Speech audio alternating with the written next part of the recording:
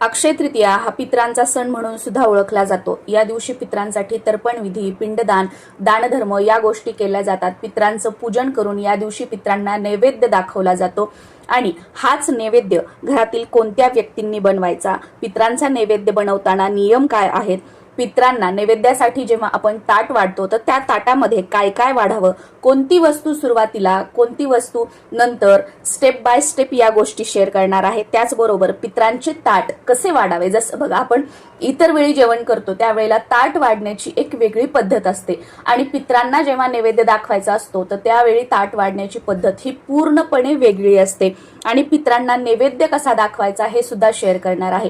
कारण जेव्हा आपण देवांना नैवेद्य दाखवतो तेव्हा आपण पाण्याने बघा खाली मंडल काढत असतो, चौकोनी मंडल भरीव काढत असतो, पण जेव्हा आपण पितरांना नैवेद्य दाखवतो त्यावेळेला पाण्याने चौकोनी मंडल काढायचं नसतं।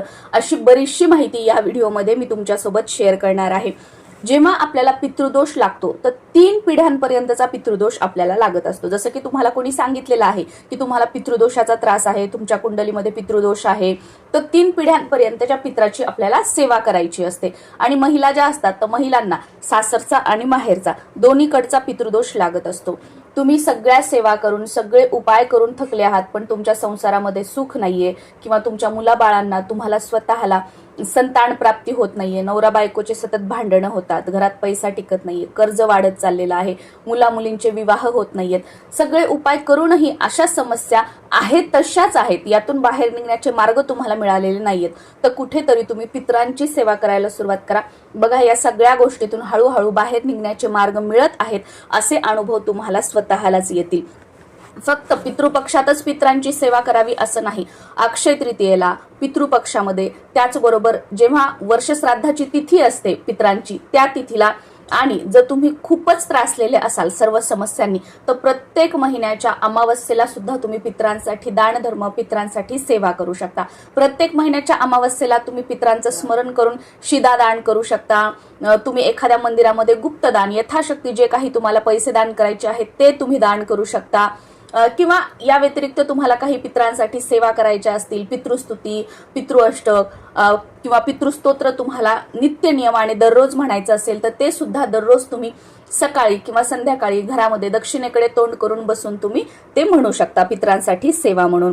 तर बघा पितरांच्या स्वयंपाकामध्ये नेमके कोणकोणते पदार्थ बनवायचे असतात, तर काही मी तुम्हाला जे जनरली सगळीकडे बनवले जातात ते पदार्थ सांगते, पण तुमच्या भागानुसार, तुमच्या शहरानुसार किंवा तुमच्या घराण्यामध्ये रूढी परंपरेनुसार तुमच्याकडे जे पदार्थ बनवले जातात ते तुम्ही बनवण्याचा प्रयत्न करा। याच्यामध्ये मी एखादे पदार्थ सांगितले आणि तो पदार्थ तुमच्याकडे बनवला जात नसेल तर तुम्ही तो बनवू नका। तुमच्या रूढी परंपरेप्रमाणे तुमच्या एरियानुसार काय बनवलं जातं त्यानुसार तुम्ही बनवण्याचा प्रयत्न करा। मी एक हे ढोबळ सांगत आहे की सगळीकडे जनरली या पद्धतीचे पदार्थ जे आहेत ते पितरांच्या जेवणामध्ये बनवले जातात। सहसा पितरांच्या स्वयंपाकामध्ये तांदळाची खीर ही जवळजवळ सगळ्यांकडेच बनवली जाते। त्यानंतर उडदाचे वडे बनवले जातात, कढी, आळूच्या वड्या बनवल्या जातात, बऱ्याच ठिकाणी आळूची भाजी सुद्धा बनवली जाते। भाज्यांमध्ये प्रामुख्याने बऱ्याच ठिकाणी बटाट्याची भाजी बनवली जाते, भेंडीची भाजी, डांगराची भाजी, त्यानंतर गवारीच्या शेंगाची भाजी बनवली जाते। चटण्या बनवल्या जातात, चटणीमध्ये स्पेशली तिळाची चटणी आणि जवसाची चटणी ही बनवली जाते। त्याचबरोबर कोशिंबीर, पंचामृत, बऱ्याच ठिकाणी मेथीची भाजी, कारल्याची भाजी हे सुद्धा बनवलं जातं आणि याचबरोबर लिंबू, तूप, भाजलेले किंवा तळलेले पदार्थ जे असतात ना ते पितरांना आवडतात। आणि लिंबू जे असतं तर ते आपण ताटामध्ये वाढतच असतो, पण लिंबू इतर वेळी आपण जेवणामध्ये सुरुवातीला लिंबू आणि मीठ वाढतो, पण पितरांचं ताट वाढताना ही पद्धत पूर्णपणे वेगळी आहे। पितरांच्या स्वयंपाकामध्ये कांदा लसूणचा वापर अजिबात करायचा नाहीये। कांदा लसूण विरहित जेवण जे आहे ते पितरांसाठी बनवायचं आहे। आता आमच्याकडे कशी पद्धत आहे, आमच्याकडे पितरांसाठी सोवळ्यामध्ये स्वयंपाक केला जातो। पितरांसाठीचा स्वयंपाक जो असतो तो घरातील सवाष्णी स्त्रीने करायचा असतो। भावकीमधील तुमच्या घरातील जी कोणती सवाष्णी स्त्री असेल त्यांनी हा स्वयंपाक करायचा असतो आणि पितरांच्या स्वयंपाकामध्ये शेवगा, वांगे किंवा गाजर याचा वापर जो असतो तो चुकूनही करायचा नसतो।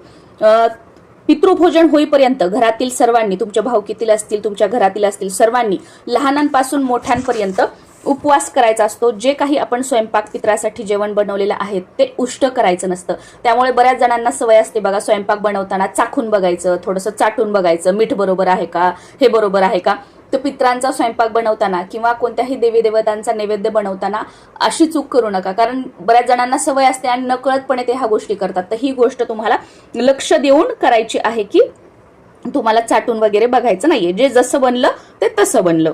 आणि पित्रांसाठी स्वयंपाक बनवताना एक गोष्ट लक्षात घ्यायची, ज्या काही सगळ्या भाज्या आहेत, वस्तू आहेत, त्या आपल्या घरातील असाव्यात, आपल्या कष्टाच्या पैशाने किराणा वगैरे सगळा तो भरलेला असावा.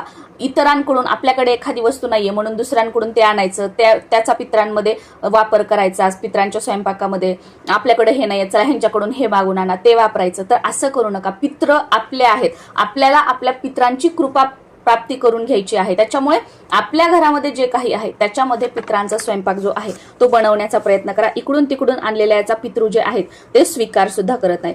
आणि दुसरा महत्वाचा नियम पाळायचा आहे तो म्हणजे पित्रांचा स्वयंपाक करताना त्यामध्ये केस निघणार नाही याची काळजी करायची आहे. केस बांधून तुम्हाला पित्रांचा स्वयंपाक करायचा आहे. पित्रांसाठीचा स्वयंपाक करत असताना दुसऱ्यांबद्दल वाईट बोलणं, रडणं, पडणं किंवा खूप खुशी आनंदाने स्वयंपाक करणं, तर ह्या गोष्टी करायच्या नाहीयेत. नॉर्मल जसा आपण स्वयंपाक करतो की जास्त कोणाबद्दल काही बोलणं नाही, आपापलं काम आपण करतोय, तर अशा पद्धतीने स्वयंपाक जो आहे तो तुम्हाला पित्रांसाठीचा करायचा आहे. आणि पित्राच्या स्वयंपाकाला कधीच नाव ठेवायचे नाही. भले तुम्ही कोणाकडे पित्रांचं खायला गेलात किंवा आपल्या घरी जरी बनवलं तरी तुम्ही जेवण करताना किंवा जेवण झाल्यानंतर ही भाजी अशीच झाली होती, स्वयंपाक चांगला नव्हता झाला किंवा स्वयंपाक खूप चांगला झाला होता असं सुद्धा म्हणायचं नाही. कारण की हा आपल्या खुशीचा आनंदाचा सुद्धा स्वयंपाक नाहीये आणि हे खूप दुःख सुद्धा की म्हणजे हे गेलं ते बरं झालं, चला असं एकदाच मला करायचंय, करून टाकू द्या, असं सुद्धा भावना, म्हणजे दोन्ही भावना ज्या आहेत त्या मनामध्ये आणायचं नाही. न्यूट्रल राहायचं आणि हा जो स्वयंपाक आहे तो आपल्याला दाखवायचा आहे. आता पित्रांसाठी जेव्हा आपण नैवेद्य दाखवतो तर त्यावेळेला जेव्हा आपण ताट वाढतो आणि समोर नैवेद्य दाखवण्यासाठी ठेवतो तर त्यावेळेला आपण पाण्याने चौकोनी भरीव न काढता गोल काढायचा आहे. पाण्याने आपल्याला गोल काढायचा आहे. आपण देवांना कसं पाण्याने चौकोन भरीव काढतो, तर इथे तसा नाही काढायचा. पाण्याने आपल्याला गोल काढायचा आहे आणि त्यावर मग जे काही ताट आहे नैवेद्याचं बनवलेलं ते तुम्हाला ठेवायचं आहे.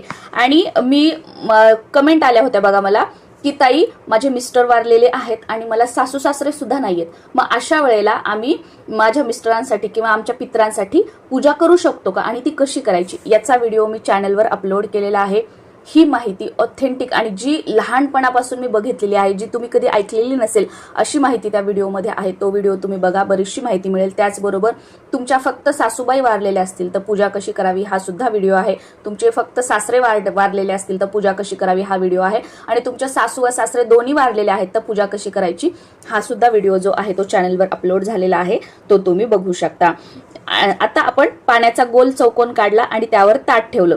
जेव्हा आपण देवांना नैवेद्य दाखवतो तर त्यावेळेला आपण बघा पाणी 3 वेळा गोल फिरवतो, म्हणजे क्लॉकवाईज जसं जातं फिरतं तसं आपण गोल पाणी फिरवतो. पण पित्रांचा नैवेद्य दाखवताना आपल्याला अँटी क्लॉकवाईज पाणी फिरवायचं असतं, म्हणजे उलटं पाणी फिरवायचं असतं. जसं आपण देवांसाठीच्या सगळ्या गोष्टी करतो त्याच्या बरोबर एकदम उलट सगळ्या गोष्टी पित्रांसाठी जेव्हा आपण काही करत असतो तेव्हा करायच्या असतात. आणि पित्रांसाठी ताट वाढताना जसं आपण इतर वेळी जेवणाचं ताट वाढतो, नैवेद्याचं ताट वाढतो, तर सगळं सरळ आपण वाढतो. सुरुवातीला मीठ, त्यानंतर लिंबू, त्यानंतर मग चटण्या, भाज्या वगैरे हे सगळं आपण व्यवस्थित जिथल्या तिथे ज्याची जागा आहे तसं ठेवतो.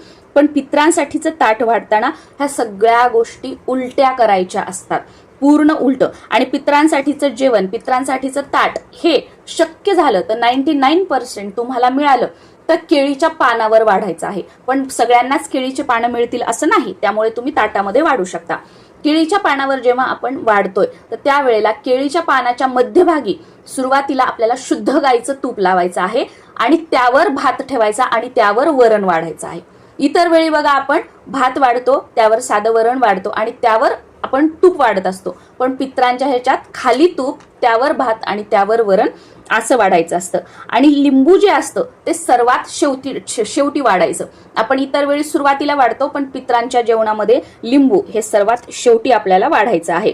आणि पित्रांचे ताट वाढताना कोणतीही वस्तू कुठे वाढायची आहे, म्हणजे अगदी व्यवस्थित जसं आपण ताट वाढतो तसं ताट वाढायचं नाहीये, आबडधोबड ताट वाढायचं आहे. म्हणजे उलट सुलट ताट, आबडधोबड ताट वाढायचं आहे.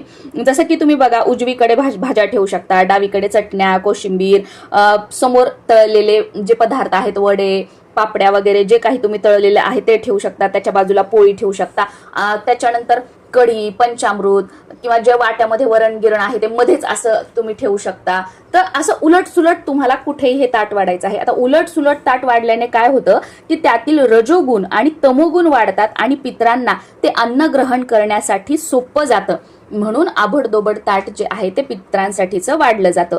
आणि पितरांसाठी ताट वाढल्यानंतर, नैवेद्य दाखवल्यानंतर ज्यांना कोणाला तुम्ही जेवायला बोलवलेलं आहे त्यांना जेवू घालायचं आणि त्याच्यानंतर मग आपण घरातील सर्वांनी अन्न ग्रहण करायचं आहे. आणि पितरांना नैवेद्य दाखवून झाल्यानंतर अगोदर तुम्हाला जे लोक जेवायला बोलवले आहेत त्यांना जेवू घालण्याच्या अगोदर सुद्धा कावळ्याला तुम्हाला घास ठेवायचा आहे. कारण या दिवशी कावळ्याच्या रूपात पित्र आपल्या घरी येतात आणि ते अन्न ग्रहण करून जातात असं म्हटलं जातं. त्यामुळे या दिवशी कावळ्यासाठी घास तुम्हाला आवर्जून ठेवायचा आहे. आता बरेच जण म्हणतात की आमच्या भागामध्ये, एरियामध्ये कावळे नाहीयेत, मग आम्ही कसं ठेवायचं? कावळ्यासाठी ठेवतोय हा भाव मनामध्ये ठेवून ते अन्न आपण कावळ्याला ठेवायचं. मग तो कावळा खाऊ नाहीतर इतर पक्षी खाऊ, काहीही हरकत नाही.